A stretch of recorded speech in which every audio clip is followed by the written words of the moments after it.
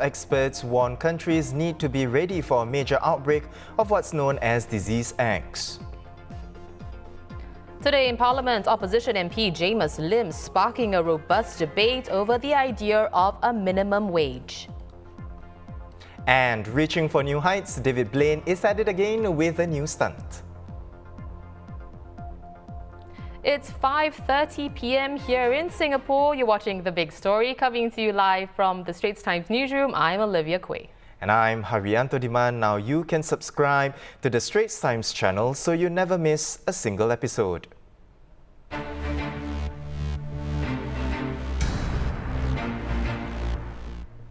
The subject of inequality was a common thread throughout Parliament today. The Workers' Party's Jamus Lim, one of the MPs who talked about the necessity for compassionate policymaking, as well as an equal distribution of resources. It actually warms my heart that in this very house, others in the PAP ranks have in fact echoed a lot of these sentiments about compassion. So in fact, you could even say that they have become PAP light, WP like, excuse me. The hard truth is, though, inasmuch as we have indeed progressed over the past few decades, the gains from this progress have not been equally shared across society. The people are losing patience. I speak with residents, many who are modest and unassuming, who nevertheless feel crushed by the dual weight of high costs and low wages. The viability of a minimum wage in the Singaporean context was also hotly debated by various MPs today. That's right. Well, Minister of State for Education and Manpower Gan Xiao Huang and Senior Minister Tharman Shanmugaratnam, amongst others, engaging Mr Lim on the subject. Here's what Mr Lim first said in his speech. We have a form of minimum wage policy via the progressive wage model. Yet, until recently, we had deemed it unwise to make it universal, and still dress the policy with so many additional conditions that the incentives for upskilling turn into loopholes that employers use to retain workers on the lowest rung of wages.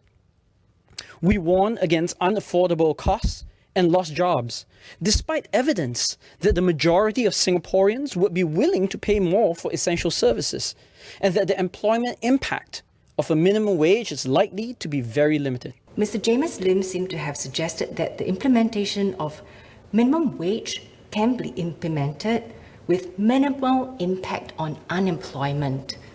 I beg to differ.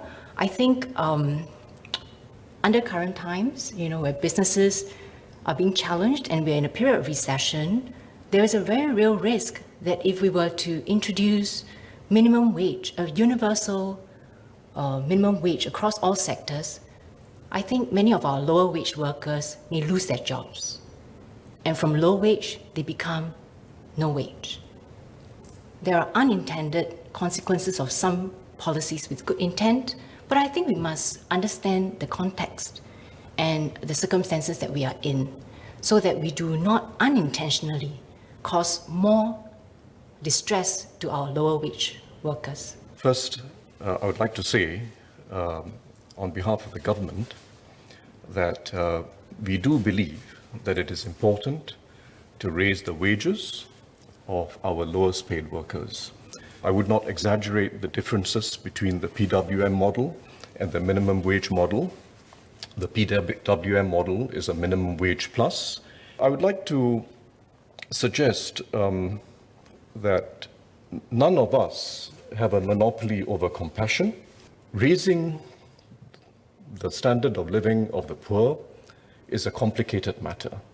And I say this, by the way, as an economist, as someone who studies overseas experience very carefully, and who, together with my colleagues, is a practitioner. How do we do it without losing that wage earner's ability to have the pride of having a job and earning a wage? Well, Assistant News Editor Lim Yan Liang joins us once more to further discuss what was raised in Parliament. So we saw a lengthy, heated exchange between Jamus Lim and several MPs. In the interest of time, we could only show a bit of it. But Yan Liang, what do you make of this whole exchange? Who do you think made the strongest argument, so to speak? Well, the last clip we saw of SN Tharman, he wrapped up the debate quite nicely, I think, by going back to first principles. The idea that policy making isn't about so much a split between equity and efficiency, or that the government is not compassionate. He, in essence, says that there is no one has a monopoly on compassion, and what he means by that is that the government is always trying its best to lift up the low-wage earner. And as the previous PAP MPs who spoke after Dr. Lim's speech has said, drawing a straight line across and say this here is the minimum wage may not be the best way to do it in Singapore's context. That is why Singapore has adopted a three-pronged approach that has been raised a few times over the last few days' debate. The progressive wage model, the workfare income supplement, and recommendations by the National Wage Council. Another speaker who made some good points was Mr. Sito Ipin, who asked for a clarification by Dr. Lim about what he meant by the government having an infinite horizon. You know, you should borrow when interest rates are low and put it towards investments that may give you higher interest rates. So he gets across the government's point that few countries, or in fact maybe no other country other than Singapore, has been able to put out a budget of 100 billion without having to borrow. And the point is that borrowing is bad if you have an option of using your savings, and that is why we shouldn't touch our savings unnecessarily. So that little exchange gets across the fundamental differences in views between Dr. Lim and the PAP, which is that the reserves are a very important rainy day fund, or what PM called the coffin fund for Singapore, and as such, we should not be using it unless there is no other option. Going back to Dr. Lim's original address, what do you make of his justification for introducing minimum wage? Well, Dr. Lim says that there is, I quote him, reams and reams of academic data that show that a minimum wage that is well calibrated and introduced in a correct manner, you know, not too high and not too low, will have a minimal impact on jobs and will not increase unemployment. So some of the speakers after him tried to hold him to that and ask him, can you give examples of countries that have a minimum wage and yet have lower unemployment than Singapore? So Dr. Lim said he did not have such info on hand, and then his fellow WP MP, Leon Pereira, made the point that these two may not be causally linked. So his point is that if you have a progressive wage model that is sector specific, only certain sectors there is a minimum wage plus, whereas other sectors do not have such protections, there will be substitution, which is that he's arguing that workers will jump to the sectors with protection. So he is saying that with a national minimum wage, you can prevent that at one fell swoop from happening, which the PAP MPs disagreed with, because they say that the PWM, while it may be now called minimum wage plus, the difference is that it's not an imposition on employers. It is something that is agreed to, what is the bearable level by various partners, you know, whether they are workers, unions, or companies. So it's something that is negotiated for, and it's something that has to be worked and pushed to be expanded over time to the various sectors. Yan Liang, as you know, the Workers' Party has pushed for minimum wage at least since they were campaigning for GE 2020. Do you expect then that the subject will be revisited in future parliament sessions? And do you foresee the same level of debate that we saw earlier today? I think, as this being the opening session of Parliament, that it is time for parties to state their first principles, their basic principles, their thrusts, and their political viewpoints. So, as the debate today showed, the number of speakers that came up for clarifications after Dr. Lim showed that this is not really a settled issue, at least among the parties. So we can expect more debate on this to arise. Although the PAP MPs also tried to get across that this is not a new debate, this is not a new topic.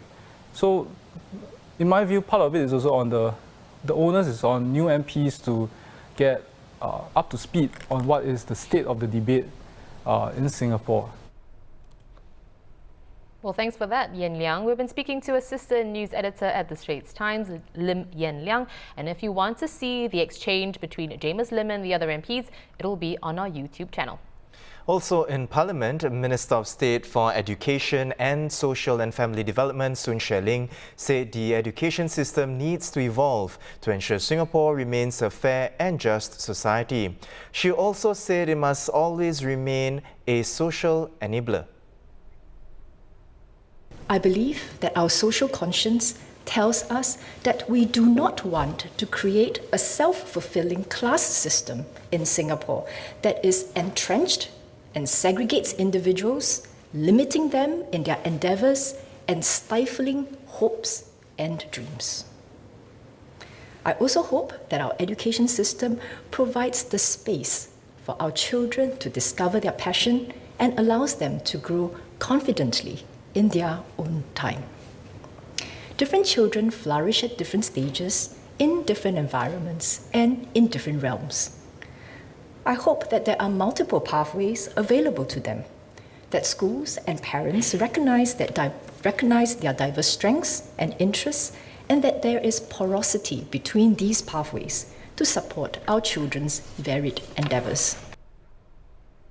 Meanwhile, assessors appointed by the Law Ministry to deal with disputes under the rental relief framework will be given enhanced powers to specify the rent waiver amount for tenants. Now, this under proposed changes to the COVID-19 Temporary Measures Act.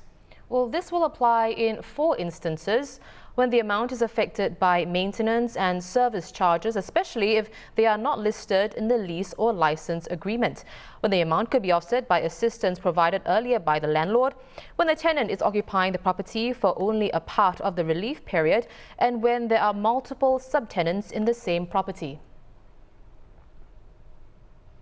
Now, other changes will also include continuing to allow alternative arrangements for meetings like AGMs to prevent the spread of COVID-19, regardless of whether safe distancing regulations change or cease. Currently, the Act allows organizations and entities to do so until September 30th. Well, moving on, what is Disease X that scientists have warned about, and how is Singapore preparing for it? Is it the next big threat to public health? From SARS to H1N1 and now COVID-19, Prime Minister Lee Hsien Loong said Singapore can apply lessons it's learned in managing the coronavirus to prepare for Disease X. Scientists talk about Disease X being overdue. Disease X, a new disease, unknown, that is highly infectious, deadly, and mutates easily. So when COVID-19 appeared, people asked whether this was Disease X. COVID-19 has been a disaster for the world, but it is not Disease X. It is by far not the worst new disease that can befall mankind. But it is only a matter of time before Disease X happens.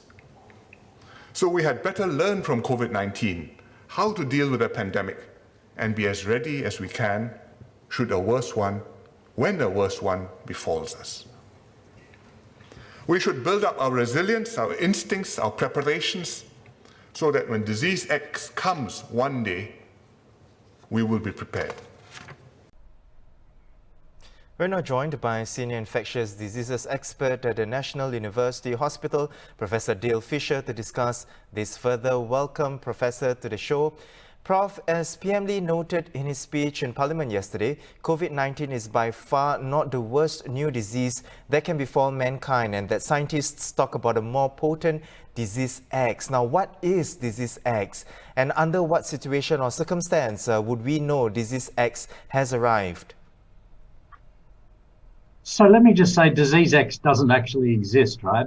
It's more of a concept that was brought about in 2018 through one of the WHO groups. And it was to in a way, be a placekeeper for that concept of a very severe disease, high mortality, high transmissibility, something that could be mistaken for other diseases, something that could take advantage, if you like, of the globalization and the movement around the world now. So this was a concept that allowed for planning. Perhaps it was a wake-up call for countries to be a bit less complacent about what might happen. So this is why this concept of a disease X was invented.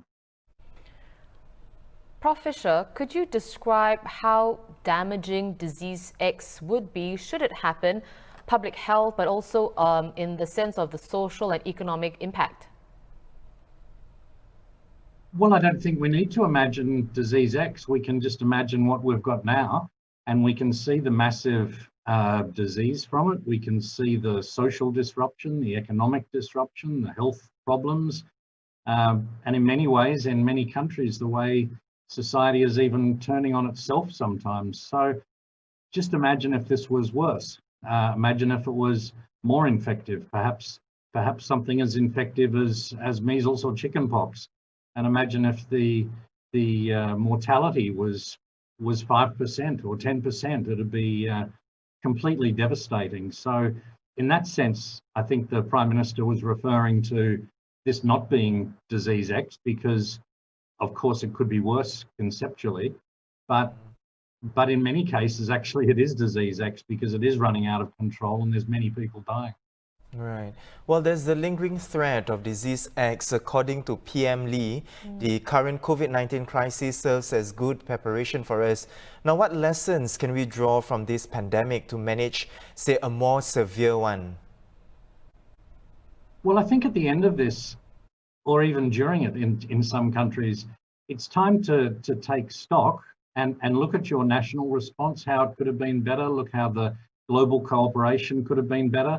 And every international agency, every country really should be reviewing its activities and how it could have done better. I think Singapore has really been a standout. There's been obviously a major weakness exposed in the dormitories.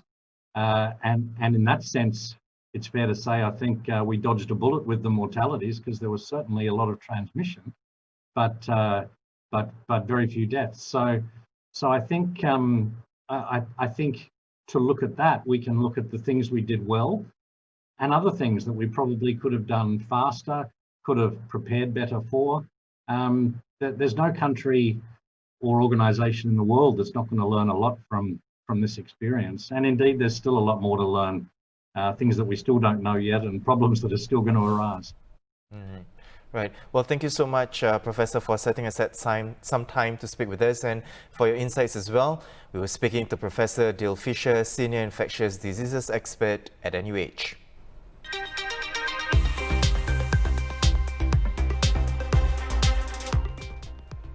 On to the COVID-19 situation in Singapore. 48 new cases were confirmed today.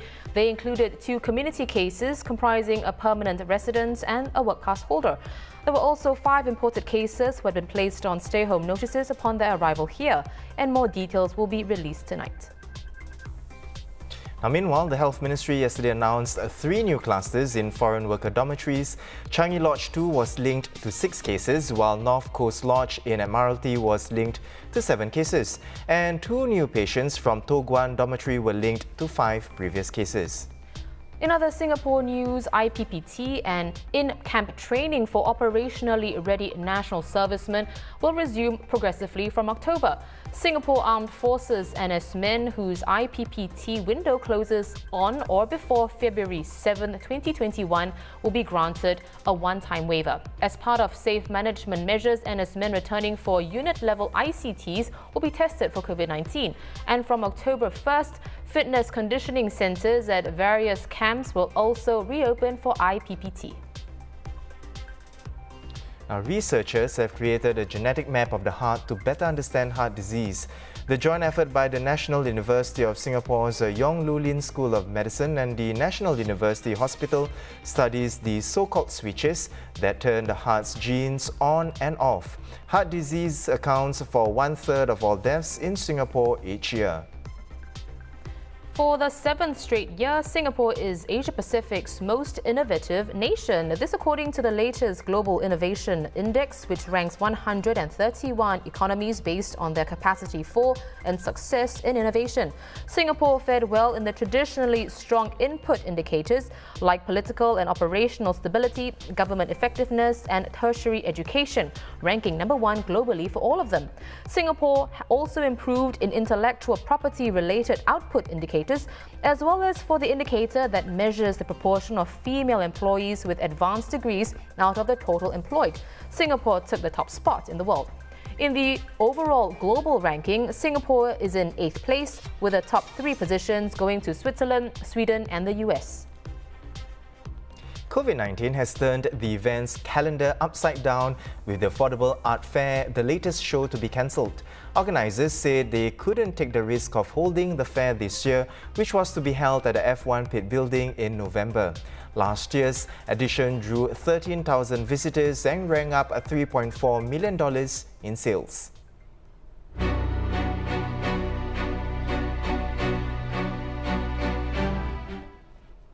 And in the global headlines, former Malaysian Prime Minister Mahathir Mohamad said today that his new political party hopes to win at least 30 seats in the next general election.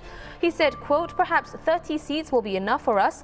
We are not going to form the government by ourselves. We are going to be the determinant as to who should be the government." Dr. Mahathir also noted that a planned youth party by a former protege, Syed Saddiq Syed Abdul Rahman, is unlikely to do well in the polls. Mr. Syed Saddiq is mulling the formation of a multiracial youth organisation, possibly a political party, to move the country away from entrenched older lawmakers who have a strong grip on political discourse. Tears and excitement were seen from students returning to class in Wuhan on the first day of school after 7 months. More than 2,800 educational institutions were allowed to start their new term yesterday, opening their doors to nearly 1.4 million students for the first time since January. But parents and teachers are still wary of the coronavirus risk. The students are subject to regular temperature checks, and parents have been advised to avoid public transport as much as possible. Elsewhere, Dwayne "The Rock" Johnson revealed on social media that he, his wife and 2 daughters tested positive for COVID-19. They caught the virus more than 2 weeks ago, but they have all recovered and are healthy. They caught it from very close family friends who in turn had no idea how they had been infected. Meanwhile, Neymar is among 3 Paris Saint-Germain players to test positive for the virus as well. French sports newspaper L'Equipe are reporting that the trio were returning from holidays in the Spanish island of Ibiza. They'll now quarantine for 7 days. The club hasn't confirmed the identity of the 3 players, and the squad will continue to be tested regularly over the next few days. And is this a bird? A plane? Nope, it's just illusionist David Blaine and about 50 giant balloons made of latex and filled with helium. This ascension stunt was streamed on YouTube, where millions tuned in to watch him float across the Arizona desert. Now, Blaine's initial goal was to reach an altitude of about 18,000 feet, but he ended up floating almost 25,000 feet before parachuting back to the ground, safe and sound.